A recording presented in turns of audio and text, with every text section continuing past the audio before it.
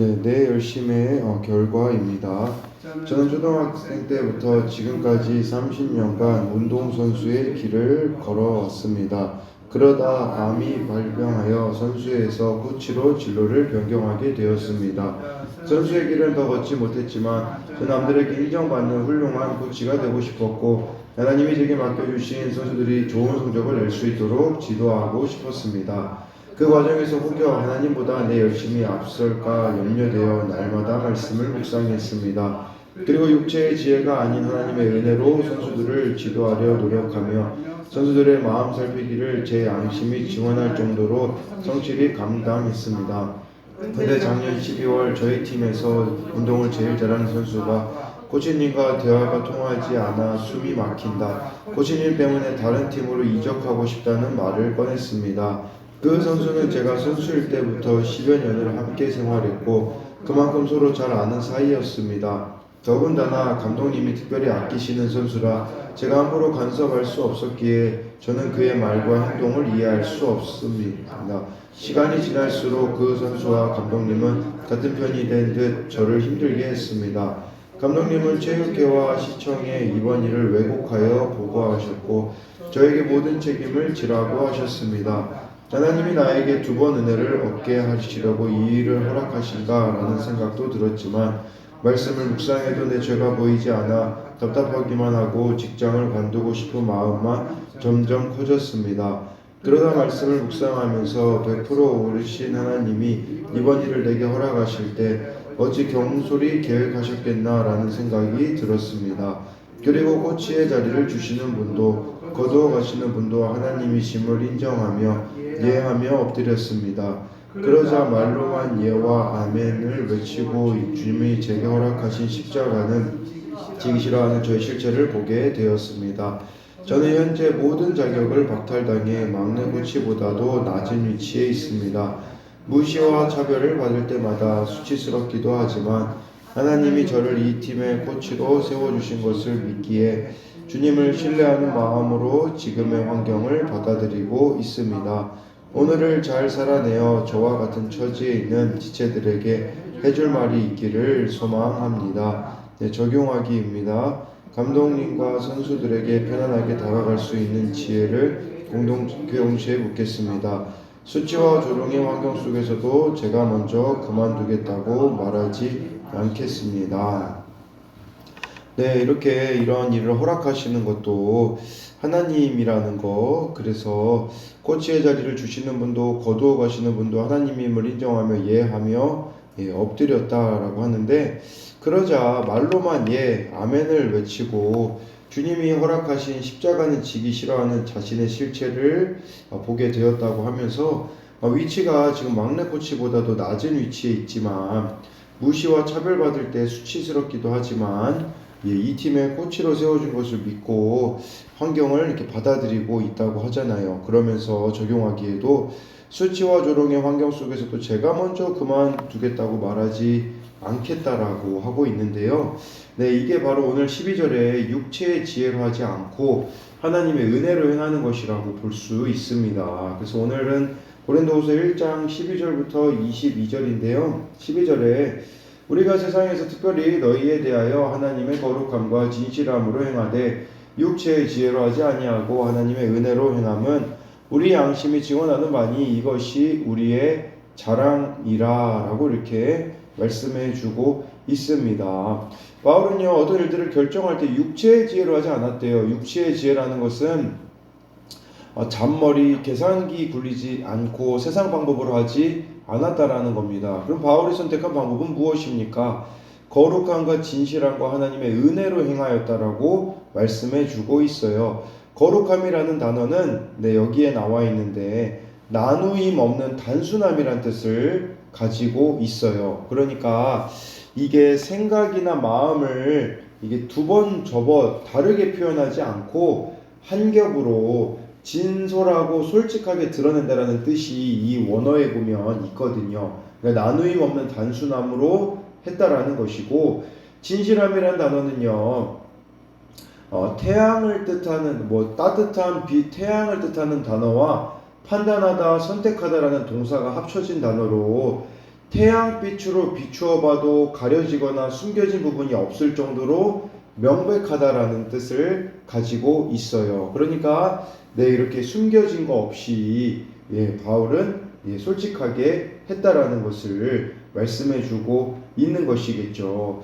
그리고 이 사역을 하는 방식도 자신의 유익을 따라 행하지 않고 하나님 앞에서 정직하고자 했다라는 것으로 볼 수 있거든요. 이러한 인간적인 조건으로 바울은 일하지 않고 하나님의 진실함과 거룩함으로 사역을 했고 하나님의 은혜로 행하였다라고 말씀해 주고 있습니다. 그래서 12절에 대한 적용 질문은 하나님의 일을 하는 것이 정말 하나님을 사랑하기에 하는 순수한 동기인가요? 아니면 나를 드러내고 자랑하기 위한 동기입니까? 육체의 지혜로 하지 않고 지금 하나님의 은혜로 내가 행해야 되는 것은 무엇이 있습니까? 13절, 14절 보면요. 오직 너희가 읽고 아는 건 왜 우리가 다른 것을 쓰지 아니하노니 너희가 완전히 알기를 내가 바라는 것은 14절에 너희가 우리를 부분적으로 알았으나 우리 주 예수의 날에는 너희가 우리의 자랑이 되고 우리가 너희의 자랑이 되는 그것이라 라고 말씀해 주고 있습니다. 그러니까 이 고린도 교회 성도들이요 바울의 편지가 진실하지 않다라고 이렇게 의심하고 비난했거든요. 근데 거기에 대하여서 바울은 거짓 없이 진실하게 이렇게 편지를 썼다라고 고백해 주고 있어요. 너무 억울한 거예요. 그냥 보여주고 싶은데 지금이야 우리가 사도행전을 보면 바울이 선교여행을 어떻게 떠났는지 일정이 어떻게 되었는지 알 수 있지 않습니까? 근데 고린도 교회 성도들은 그것을 다 보지 않았기 때문에 믿지 못하는 거예요. 그러니까 바울이 막 거짓말을 한다.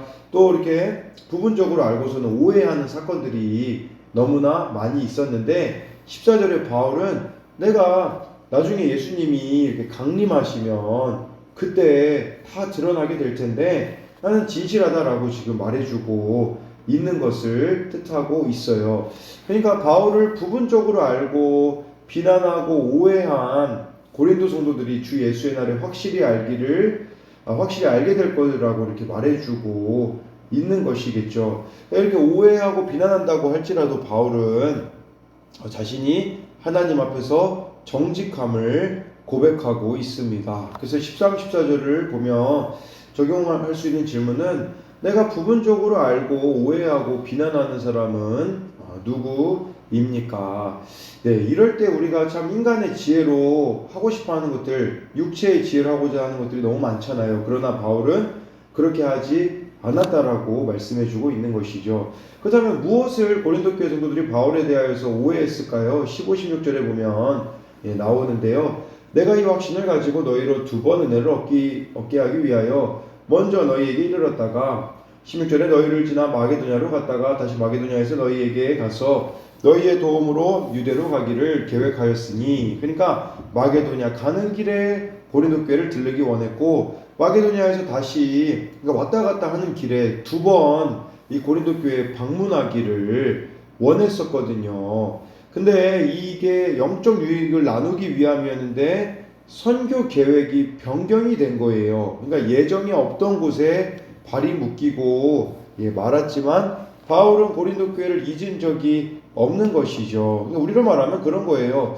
내가 생각해 봤을 때 이거 이렇게 해야 되겠다 라고 이렇게 계획을 잡아봤는데 정말 그날 말씀을 비추어 보고 분별해 보니 하나님의 뜻이 아닌 것 같아서 다른 길을 이렇게 바울이 선택했다라고 볼 수가 있는 것이겠죠. 근데 이거에 대해서 고린도 교회 성도들은 바울이 변덕쟁이라고 생각을 했던 거라고 볼 수가 있어요. 그러니까 하나님의 계획이 이렇게 다른 곳에 있었었는데 그런 것 때문에 이렇게 생긴 일인 거죠. 그래서 15, 16절에 대해서도 우리가 이렇게 적용할 수 있는 질문은 나의 계획과 하나님께서 다르게 인도하신 것은 무엇이 있습니까? 또한 내가 믿음으로 받아들여야 하는 변경된 또 계획은 무엇이 있습니까? 그리고 하나님이 세우신 리더의 진심을 의심하고 섬김을 오해하고 있지는 않습니까? 17절, 18절 보니까요. 이렇게 계획할 때에 어찌 경솔히 하였으리요. 혹 계획하기를 육체를 따라 계획하여 예 하면서 아니라 하는 일이 내게 있겠느냐. 18절에 하나님은 미쁘시니라. 우리가 너에게 한 말은 예 하고 아니라 함이 없노라 라고 이렇게 말씀해 주고 있습니다. 그래서요 바울이 두 번씩이나 고린도 교회 방문하겠다라는 것을 계획을 바꾼 것에 대하여서 바울이 경솔히 했다라고 고린도 교회 몇몇 사람들이 이야기를 한 거예요. 그러니까 바울은 상황에 따라 이랬다 저랬다 하는 사람이다. 예라고 해놓고 돌아서서 무책임하게 아니라고 말하는 사람이라고 비난한 것이죠. 근데 바울은 자신이 그렇게 충동적으로 행동하는 신이 없는 사람이 아니라고 지금 항변하고 있습니다. 그리고요, 바울은 한 입으로 예와 아니오를 말하는 사람이 아닌데 여기서 하나님은 미쁘시니라라고 바울이 고백하잖아요. 하나님이 신실하시다라고 말하는 것인데 바울이 변덕스럽고 충동적인 사람이 아님을 하나님이 보증하신다라는 거예요. 그러니까 바울은 그 미쁘신 하나님의 계획을 따라가다 보니 변경된 것이지 자기가 그냥 변덕쟁이여가지고 계획을 바꾼 것이 아니라고 이렇게 항변하고 있는 것이에요. 그래서 17, 18절에 대해서도 우리가 적용 질문은 나는 변덕스럽고 충동적인 사람인가요? 아니면 말한 것은 책임지는 사람입니까? 네, 19절에 우리 곧 나와 실루아노 디모데로 말미암아 너희 가운데 전파된 하나님의 아들 예수 그리스도는 예하고 아니라함이 되지 아니하셨느니라. 그에게는 예만 되었느니라. 20절에 하나님의 약속은 얼마든지 그리스도 안에서 예가 되니 그런즉 그로 말미암아 우리가 아멘하여 하나님께 영광을 돌리게 되느니라 라고 말씀해 주고 있습니다. 하나님은요 한 입으로 예와 아니오를 동시에 말하시는 분이 아니라고 지금 바울은 말해주고 있어요. 하나님의 아들 예수 그리스도는 언제나 하나님 앞에 예하셨다라는 것이죠. 이게 뭐 순종이 아니겠습니까? 그리고 그래서 아멘, 이거 아멘이라는 말은 또 진실로라는 말, 또 동의한다라는 말이겠죠. 그러니까 항상 하나님의 약속은 예가 되는 것을 동의한다라는 게 아멘이거든요.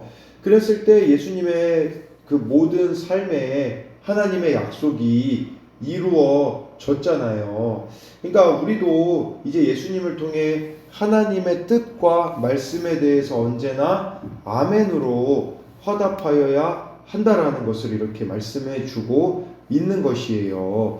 네, 그러면서 이 19절, 20절에 대한 적용 질문은 하나님의 약속의 말씀이 나에게 이루어질 것을 믿나요? 하나님의 말씀에 아멘하며 순종해야 할 일은 무엇이 있을까요? 그러니까 정말 하나님의 말씀은 여러분 약속은 하나님이 지키실 수밖에 없기에 우리가 아멘으로 이렇게 순종하며 나아갈 때에 반드시 하나님의 일들은 이렇게 약속은 이루어짐을 기억해야 합니다. 21절, 22절 보니까요. 우리를 너희와 함께 그리스도 안에서 굳건하게 하시고 우리에게 기름을 부으신 이는 하나님이시니 22절에 그가 또한 우리에게 인치시고 보증으로 우리 마음에 성령을 주셨느니라 라고 말씀해 주고 있는데요.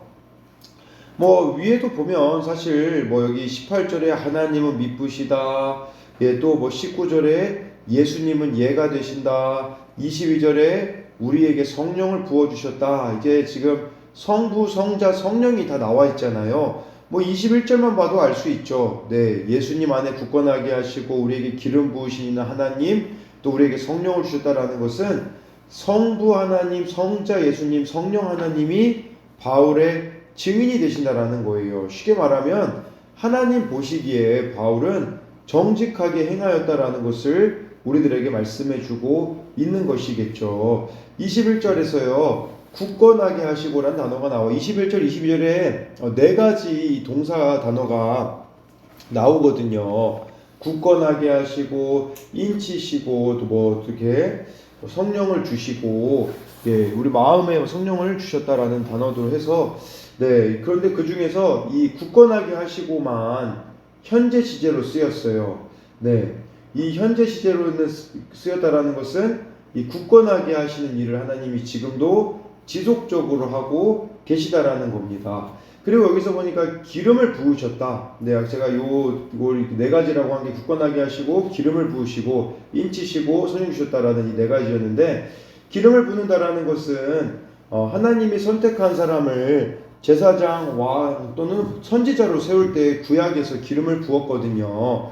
근데 이 신약에서는 하나님의 선택을 상징할 때, 선택을 표현할 때 상징하는 표현으로 사용이 되는 거예요. 그러니까 하나님과의 관계 속으로 특별히 우리를 구별하셨다라는 것이겠죠. 그 다음에 여기서 우리에게 인치시고, 인쳤다라는 것은요, 지금도 밀봉하잖아요. 뭐 중요한 문서 같은 거 못 열어보게 밀봉하듯이 그 단어거든요. 이게 무슨 말이냐면, 우리를 하나님이 완전한 밀봉으로 건드릴 수 없는 하나님의 소유로 삼으셨다라고 이렇게 말씀해주고 있어요. 그리고 보증으로 우리 마음에 성령을 주셨다. 이 보증은요, 보증금, 계약금이란 뜻이 있어요. 그러니까 우리가 이 보증금으로 성령을 하나님이 주셨다라는 게 무슨 말이겠습니까?